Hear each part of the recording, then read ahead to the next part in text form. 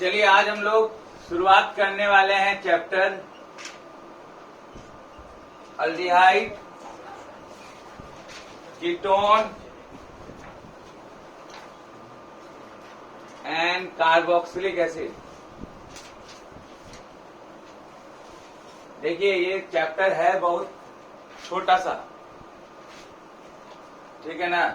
Chapter है क्या, छोटा सा चैप्टर है, ठीक है। लेकिन आपको इसमें से बहुत सारा क्वेश्चन आएगा। शायद आप स्कीम देखे होंगे, मार्किंग स्कीम, तो सबसे ज्यादा नंबर इसी से होगा, ऑर्गेनिक केमिस्ट्री, ठीक है। और सीबीएसई का हमको नहीं पता, सीबीएसई कितना 7 नंबर है, शायद 7 या 5 नंबर है, लेकिन आईसीएसई बोर्ड का इससे होगा ज्यादा। और फिर बायोमॉलिक्यूल, अब बीच में जो नाइट्रोजन कंटेनिंग कंपाउंड है उससे थोड़ा कम, तीनों मिला के आपका 15 नंबर मान के चलिए, ठीक है ना। 15 नंबर मान के चलिए।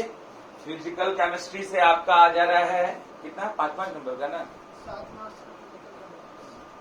10 मार्क्स का होगा दोनों चैप्टर मिलाकर। सरफेस केमिस्ट्री का लास्ट पोर्शन आपका बाकी है, तो वो भी आप लोग इस कोई क्लास में लेके, लेकिन सिंसियर होना चाहिए, इसीलिए सबको ग्रुप से हटाया गया।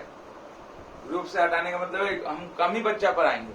मेरा टेंडेंसी है कि मेरा पे ये नहीं लोग होना चाहिए कि इतना बच्चा फेल हो गया, मेरा वो है कम बच्चा पढ़ाइए, टेंशन नहीं है, ठीक है। और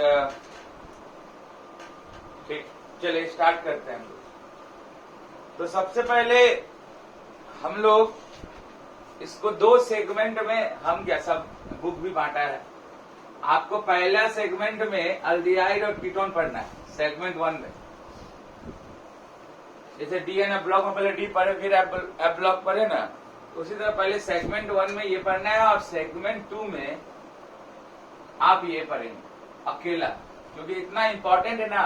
किंग ऑफ केमिकल बोला जाता है कार्बोक्सिलिक एसिड को, राजा होता है, हाँ राजा होता है कार्बोक्सिलिक एसिड जो होता है ना, वो RCOH, ठीक है ना, वो राजा होता है, मेन फंक्शनल ग्रुप होता है। अभी बताएंगे आपको प्रायोरिटी वैरायटी, तो आपको समझ में आ जाएगा। ये मेरा क्लास 11 का बच्चा जान चुका है, अब आप लोग का बारी, तो सबको पहले ही बता चुके हैं, ठीक है। तो सेगमेंट 2 और आपका जेई का क्वेश्चन भी, तो आपको ज्यादा फेवर करेगा, मतलब बुक में जो नहीं होगा उससे भी ज्यादा होगा, पढ़ाया जाएगा, ठीक है।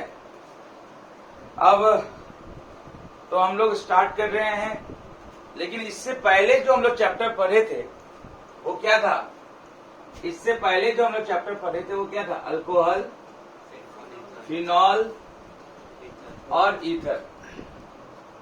आपको पता है ये दोनों चैप्टर में क्या डिफरेंस है।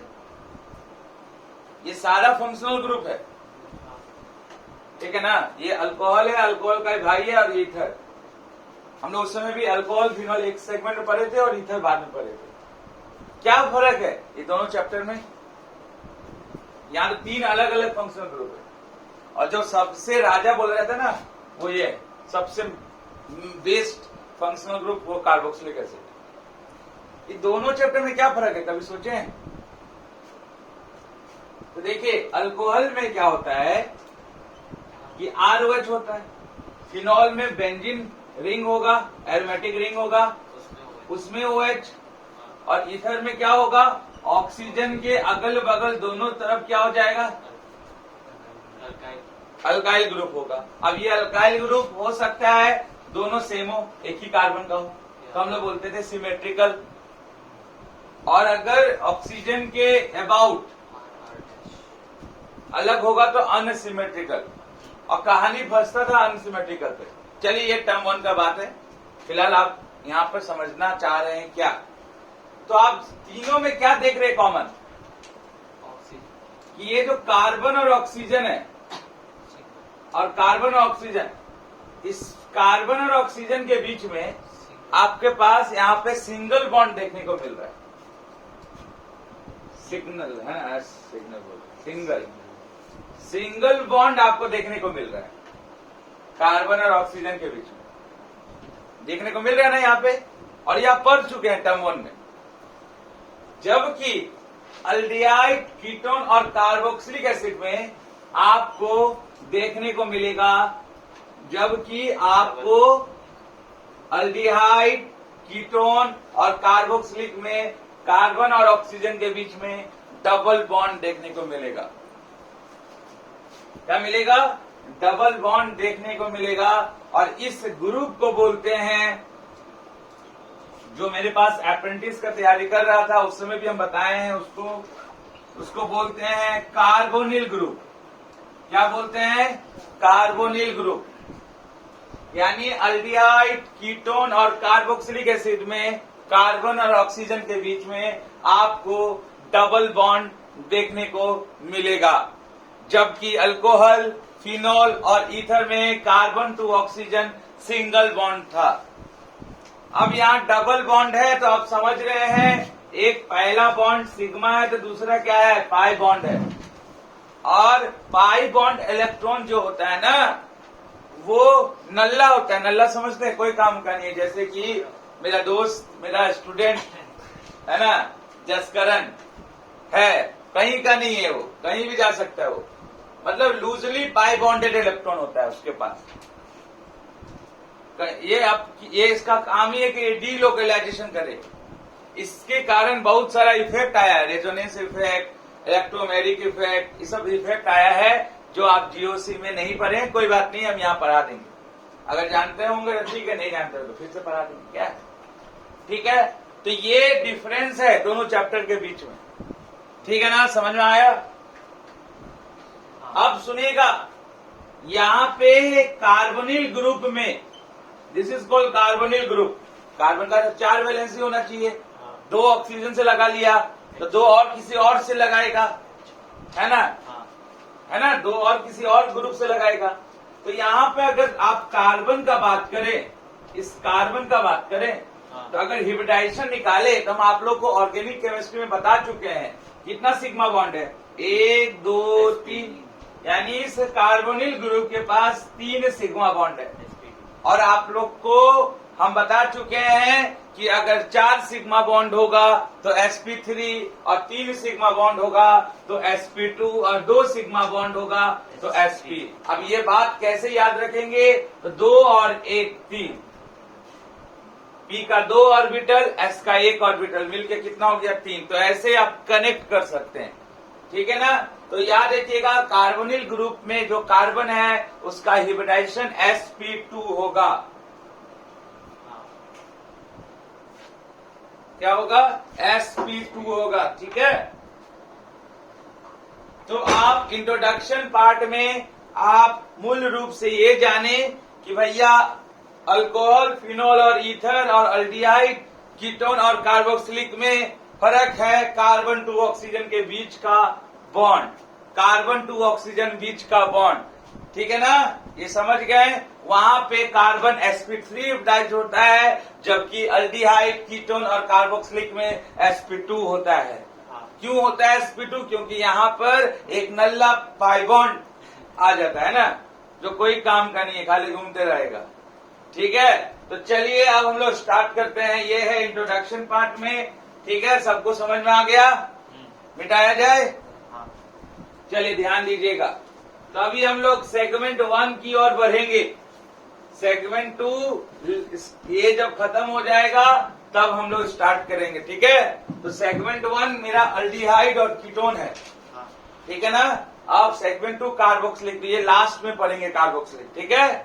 चलिए अब यहाँ स्टार्ट करते हैं हम लोग। जैसा कि आप जान चुके हैं कि carbon to oxygen double bond होगा ये दोनों में। फिलहाल अभी हम लोग सेगमेंट 1 का बात कर रहे, बार बार बोल रहे। आप ध्यान दीजिएगा, आपका पहला जो पॉइंट होगा वो होगा, लिखिएगा कैटेगरी, क्योंकि मेरा काम है बेसिक बताना, जो 11 में आप भूल चुके होंगे वो बताना। ये सब ठीक है ना? ये सब जान जाएंगे तो आपको समझने में अच्छा होगा। Categories of carbonyl group. Carbonyl group. Carbonyl group क्या होता है? C डबल बॉन्ड O, ऐसा। कार्बन और ऑक्सीजन में डबल बॉन्ड और बाकी 2 वैलेंसी कोई और ग्रुप आएगा। तो ठीक है, इसको कार्बोनिल ग्रुप बोलते हैं। तो सबसे पहला क्लासिफिकेशन जो कार्बोनिल ग्रुप का आता है वो ये रहा। देखिए, अगर आप डबल बॉन्ड O के बीच में कितना बॉन्ड है जो नल्ला है? दो बॉन्ड है, जिससे कार्बोनिल ग्रुप में देखो दो बॉन्ड है जो जिसके साथ कोई आकर नहीं लगा है। तो मान लीजिए ये दो बॉन्ड है जिसके कोई आकर नहीं लगा है, तो ये कार्बोनिल ग्रुप है। अगर हम इधर साइड से जो चेन है, लेफ्ट साइड वाला चेन में हम कोई कार्बन का चेन लगा दे, कार्बन का चेन, इसको हम अल्काइल ग्रुप बोलते हैं, आर लगा दे, ठीक है। और दूसरे वाला राइट साइड वाला जो आपका वैकेंट है कार्बन का ऑर्बिटल, वहां पे अगर हम कार्बन का सहेली हाइड्रोजन को लगा दे, ठीक है ना, तो बन क्या गया? देखिए एक फंक्शनल ग्रुप रेडी हो गया, C डबल बॉन्ड OH। इसको क्या बोलते हैं? अल्डिहाइड। क्या बोलते हैं? अल्डिहाइड। अल्डिहाइड यानी आप कार्बोनिल ग्रुप से अल्डिहाइड बना सकते हैं, कार्बोनिल ग्रुप से अल्डिहाइड बना सकते हैं। क्या करना होगा उसके लिए? दोनों साइड जो वैकेंट है वहां पर एक कार्बन का चेन लगाओ और एक कार्बन का सहेली को लगाओ, ठीक है ना। अब दूसरा कैटेगरी ये कैसे बनता है तो सुनिएगा, ये सारा खेल है, आपको हम बताएंगे इसके बाद। देखिए बी नंबर, आप देखिए ध्यान से, कार्बोनिल ग्रुप का, अब इसको देखिए, इसके रिस्पेक्ट में आप देखिए फंक्शनल ग्रुप चेंज होगा। इधर आपका आर है, इधर आर है, इधर आर है। अब इधर आप H को भगा के फिर से कार्बन ले आइए, इधर आर है, राइट साइड में कार्बन को भगा के आप फिर से, आर मतलब अल्काइल ग्रुप, कार्बन का चेन, आर मतलब अल्काइल ग्रुप, कार्बन का चेन। तो आप H को भगाए, दूसरा एक और कार्बन का चेन ले आए, तो बन क्या गया? वो कीटोन बन गया। तो कीटोन में खास बात क्या है? कीटोन में खास बात क्या है? कीटोन में खास बात है कि जो आपका कार्बोनिल ग्रुप है वो आपका मिडिल ऑफ द चेन होता है। क्या होता है? चेन के बीच में, चेन के बीच में होता है कार्बोनिल ग्रुप। क्लियर है? कीटोन का खास बात है कि जो कार्बोनिल ग्रुप है वो बीच, मिडिल ऑफ द चेन होता है, ठीक है। तीसरा ध्यान दीजिएगा, तीसरा ध्यान दीजिएगा। देखिए इधर आपको इसी को देखना है, पहला को देख के सारा बनेगा। आप इधर R लगाएं और H को हटा के आप ऑक्सीजन लगा दिए, H को हटा के आप ऑक्सीजन लगा दिए। तो जैसे ही आप H को ऑक्सीजन लगाएंगे, आपका जो सेगमेंट 2 है कार्बोक्सिलिक एसिड, वो या उसका डेरिवेटिव आना चालू हो जाएगा। क्या बोले? जैसे ही H को हटा के ऑक्सीजन लगा देंगे, वो कार्बोक्सिलिक एसिड या उसका डेरिवेटिव आना चालू हो जाएगा, ठीक है ना। आप देखिए O का वैलेंसी होता है कितना होगा? 2। तो O एक बॉन्ड अपना कार्बन से और दूसरा बॉन्ड अगर वो हाइड्रोजन से पूरा करता है तो आपके सामने आ जाता है कार्बोक्सिलिक एसिड। और यही 3 हमको पढ़ना है अभी चैप्टर में, यही 3 हमको पढ़ना है। ऑक्सीजन का डबल बॉन्ड होगा, एक वैलेंसी कार्बन से पूरा करेगा, दूसरा हाइड्रोजन से, तो वो हो जाएगा कार्बोक्सिलिक एसिड, ठीक है ना। अब ध्यान दीजिएगा, इधर ध्यान दीजिएगा, जैसे ही कार्बोक्सिलिक एसिड आएगा आप 1 को छोड़ देंगे, कितना 1 को पकड़ के चलेंगे। अब बारी आ जाता है, ध्यान दीजिएगा, कार्बोक्सिलिक एसिड का। कार्बोक्सिलिक एसिड में देखिएगा ध्यान से, अगर हम H को देखो, H और R में ही तो चेंज हो रहा है, हर जगह देखो H R में चेंज हो जा रहा है, देखो H R में चेंज हो जा रहा है। यानी H क्या है? कार्बन का सहेली है। तो कभी सहेली आ रहा है, कभी कार्बन आ रहा है, कभी सहेली आ रहा है, कभी कार्बन आ रहा है, फिलहाल अभी तक। सेम यहां पर भी वही करेंगे। अब हम H को भगा देंगे और फिर उसका कार्बन, उसका सहेली मतलब R, कार्बन का कोई एक चेन लेकर लगा देंगे, तो ये क्या बन जाएगा? ईस्टर बन जाएगा, ईस्टर, ठीक है। ये क्या बन जाएगा? ईस्टर बन जाएगा, ठीक है। अब ध्यान दीजिएगा, देखो हम ऐसा क्यों बता रहे हैं, ताकि आपको एक मतलब आप किसी के रिस्पेक्ट में आप उसको निकाल सकते हैं अगर आप पढ़ेंगे तो, है ना। अब ध्यान दीजिएगा, हम ये दोनों को हटा देते हैं क्योंकि ये सेगमेंट 1 का पार्ट्स हैं। अभी हम लोग सेगमेंट 2 पढ़ रहे हैं, मतलब उसको क्लासिफिकेशन कर रहे हैं कार्बोनिल ग्रुप से। चलिए आप ध्यान दीजिएगा ई पोर्शन में, अब ध्यान दीजिएगा, ठीक है ना।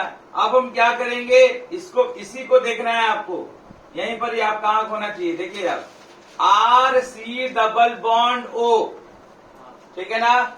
आप ऑक्सीजन को अगर भगा दें, पूरा ऑक्सीजन को भगा दें, ये पूरा ग्रुप निकल जाएगा, और निकल जाएगा तो अगर और निकल गया तो ये एक फिर वैकेंट ऑर्बिटल खाली हो गया कार्बन का। कार्बन को तो 8 पूरा करना है, 4 अपना होता है, 2 ऑक्सीजन से ले लिया 6, एक कार्बन से ले लिया 7, एक अभी भी बाकी है। मान लो यहाँ पे तुम क्लोरीन डाल दिया, तो ये भी एक एसिड का ही, कार्बोक्सिलिक एसिड का ही क्या है, डेरिवेटिव है। देखिए सब। अच्छा एक बात हम आपको बता दें, कार्बोक्सिलिक एसिड ये है और ये सब क्या हो गया, उसका बेटा सब, उसका बच्चा। जैसे मेरा डेरिवेटिव गुग्गू हो गई, तो वो उस टाइप का। तो कार्बोक्सिलिक एसिड इसीलिए हम बोले इसको देखो, क्योंकि इसका बच्चा कैसे निकलेगा, H को भगाओ, कार्बन को लगाओ, अब OH को भगा दो और उसके जगह पे कोई क्लोरीन डाल दो, तो ये भी उसी का डेरिवेटिव है। अब इसका नाम क्या है, कौन बताएगा?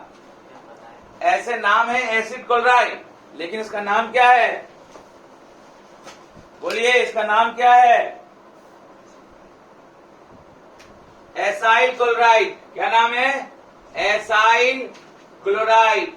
ये सब यूज होगा इसलिए बता रहे हैं हम, एसाइल क्लोराइड, ठीक है। इसको हम लोग एसिड क्लोराइड भी बोलते हैं, और ये यूज होगा। एक रिएक्शन है आपको, जो सबसे पहला रिएक्शन और नेमिंग रिएक्शन है, और आपको पता है कि नेमिंग रिएक्शन ही क्या होता है, आपका जेई या बोर्ड में आता है, वो है, उस रिएक्शन में इसका यूज करेंगे, ठीक है ना। उसका नाम है उस रिएक्शन का रोज एंड मंड रिएक्शन।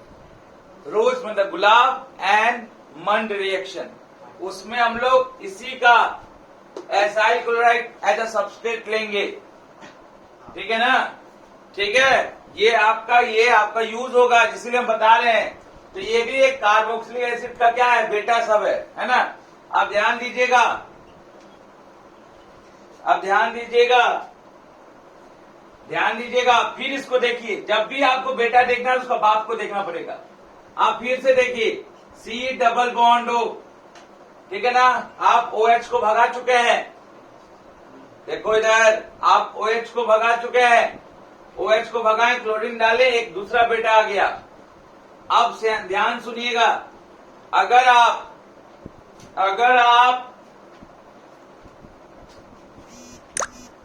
आप ऑक्सीजन को लगाए हैं, ठीक है, हमको ये चीज यहां बताना चाहिए था, ठीक है, ये नहीं बताना चाहिए था, कोई बात नहीं।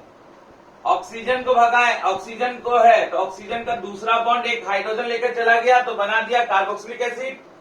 अगर ऑक्सीजन के साथ उसका सहेली आ गया तो ईस्टर बना दिया। हमको ये चीज यहां बताना चाहिए था, भी इसको बताना चाहिए था, सॉरी, है ना, ताकि एक ग्रुप का मेंबर हो जाए, है ना। अब देखिए, आप ऑक्सीजन का दूसरा बॉन्ड को चेंज कर रहे हैं बार बार, ठीक है। तो H को लाए तो कार्बोक्सिलिक एसिड, H को जगह पे उसका सहेली को लाए तो ईस्टर। अब अगर H के जगह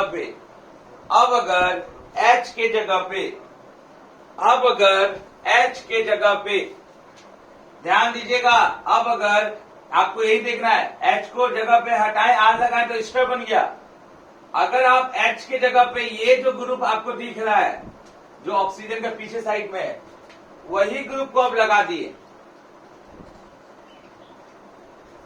देखो यही ग्रुप लगाया है कि नहीं लगाया है, लगाया है, तो ये फिर एक नया डेरिवेटिव मिल जाएगा, जिसका नाम क्या है, कौन बताएगा? Acid anhydride.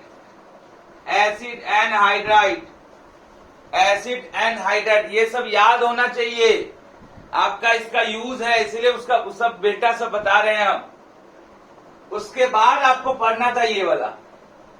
अब ये देखिए सब एक जैसा लग रहा है ना, ये बीच में खाली बेकार आ गया, ठीक है ना। तो देखिएगा, आपका नंबरिंग ऐसा होना चाहिए, H को भगाए, R लगाए तो ईस्टर, H को भगाए और वही ग्रुप लगा दिए तो एसिड एनहाइड। तब हम लोग पढ़ते इसको। अब OH को भगा दो, अब OH को भगाओ, क्लोरीन लगाओ, तो क्या मिल जाएगा? Acyl chloride. इसको एसिड क्लोराइड भी बोलते हैं, ठीक है। समझ में आया? अब देखिएगा ध्यान से, इसको मिटा रहे हैं, मिटाएं। अब ध्यान दीजिएगा, अब देखिए EFG। अब देखिए, आप देखिए इधर, आपको देखना किसको है, आपको देखना है इसको। और अभी क्या ट्रेंड चल रहा है, ट्रेंड ये चल रहा है कि OH को भगा दो। अगर आप OH को भगाएं और क्लोरीन लाएं तो ये बना सेम एज इट इज। अगर आप OH को भगाएं और अगर आप एमाइन 1 डिग्री एमाइन ले आए, 1 डिग्री एमाइन के क्यों बोले इसको, देखिएगा नाइट्रोजन कितना कार्बन से जुड़ा हुआ है, इसीलिए 1 डिग्री एमाइन। ठीक है, तो देखिए इसको बोलते हैं acid amide, acid amide, acid amide. अभी क्या ट्रेंड क्या चल रहा है, ट्रेंड चल रहा है कि OH को भगाना। OH को भगाएं, क्लोरीन को लाएं तो क्या हो गया, एसाइल क्लोराइड। OH को भगाएं, एमाइन को लाएं तो क्या बन गया, एसिड एमाइड। ठीक है, और ये आप इतना सारा अभी और भी है, सल्फोनिक एसिड SO3H, वो भी आएगा। फिलहाल जब आएगा तब देखेंगे, इसी का ही डेरिवेटिव है। फिलहाल आपको इतना सारा कार्बोनिल का कार्बोनिल का कैटेगरी को याद रखना होगा। और अगर याद नहीं करेंगे फर्स्ट डे ऑफ क्लास तो आपके लिए टेंशन होने वाला है। बहुत बड़ा नहीं है लेकिन बहुत सारा रिएक्शन है, बहुत बड़ा नहीं है चैप्टर लेकिन बहुत सारा नेमिंग रिएक्शन है। और हर नेमिंग रिएक्शन में किसी एक को ही लेंगे हम लोग इसमें से। ठीक है ना, जैसे कि अभी हम बताए ना, रोज एंड मंड रिएक्शन में किसको लिए हम, एसाइल क्लोराइड को, एसिड क्लोराइड को लेंगे, तो इसी में से लेंगे। ठीक है, चलिए अब अगला। अब आप यहां पे नोट्स करके लिखिएगा, क्योंकि हम लोग सेगमेंट 1 और सेगमेंट 2 दोनों पढ़ना है हमको इस चैप्टर में। हम सबका डेरिवेटिव देख लिए, सब कहां से आया है, ये अल्डिहाइड कहां से आया, कार्बोनिल से। कीटोन कहां से आया है, कार्बोनिल से। कार्बोक्सिलिक कहां आया है, कार्बोक्सिलिक एसिड कहां से आया, कार्बोनिल ग्रुप से। तो ये सब कार्बोनिल ग्रुप से आया है।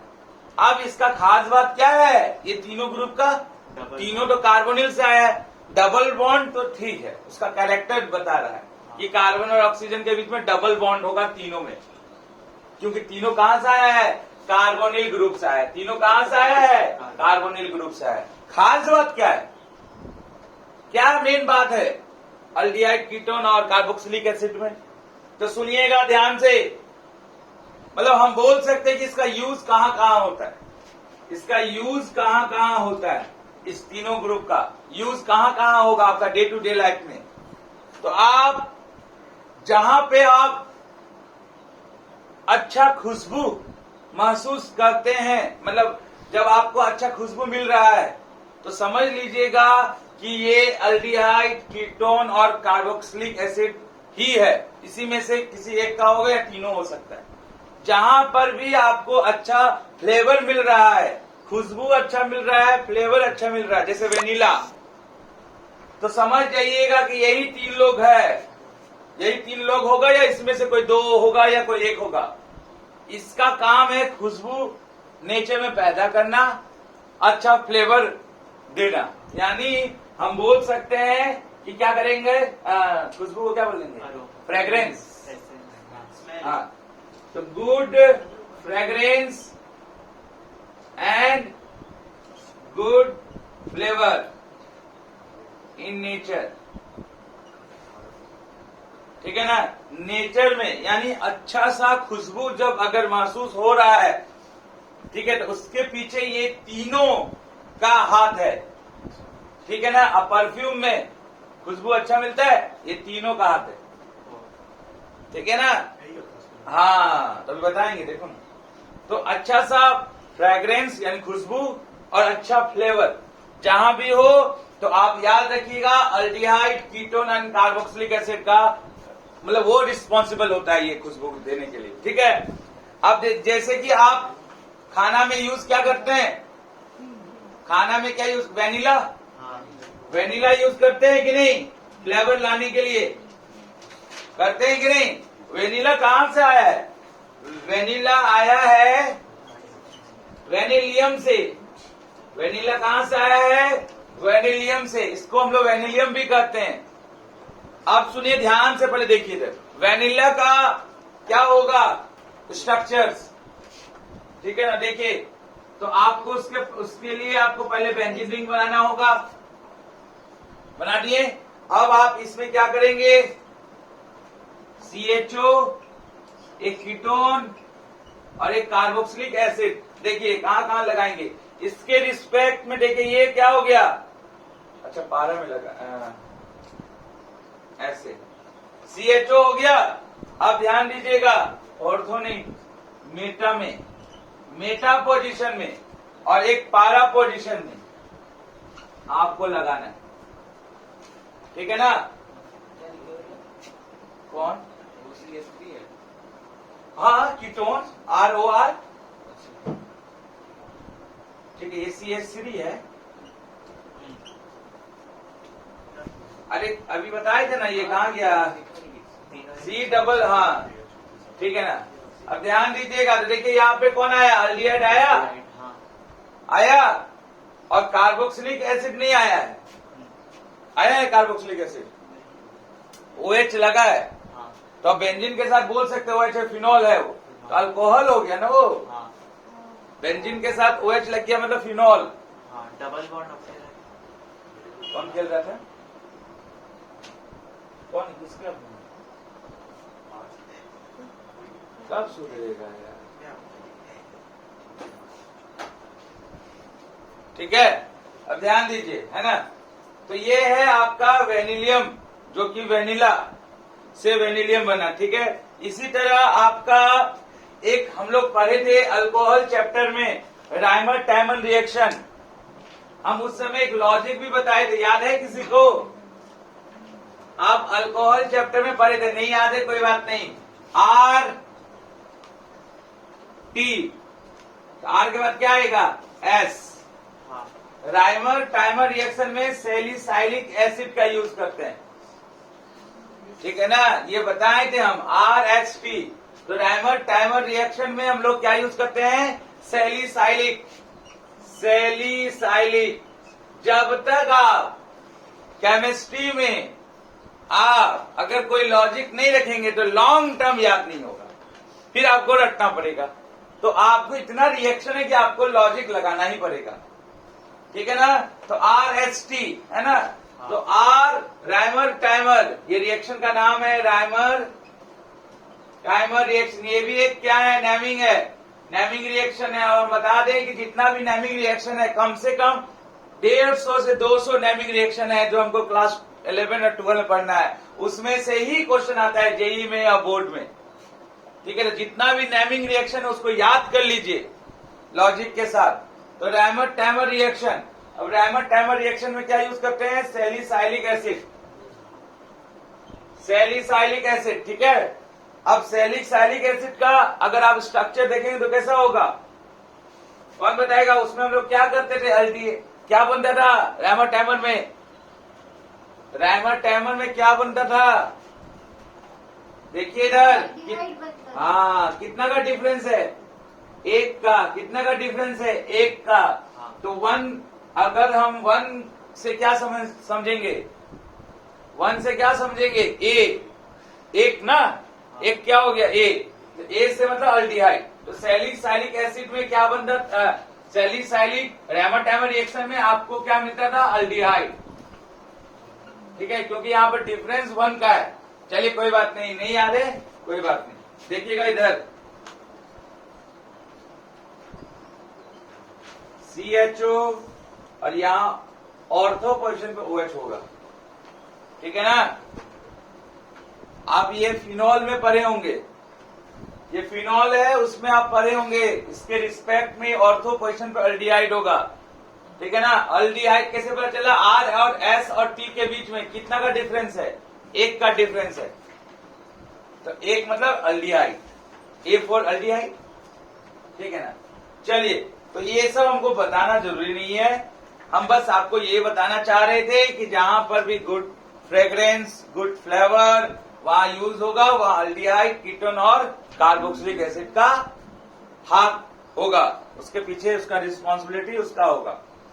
ठीक है, चलिए यहां तक किसी को कोई डाउट नहीं? बंद करिए वीडियो।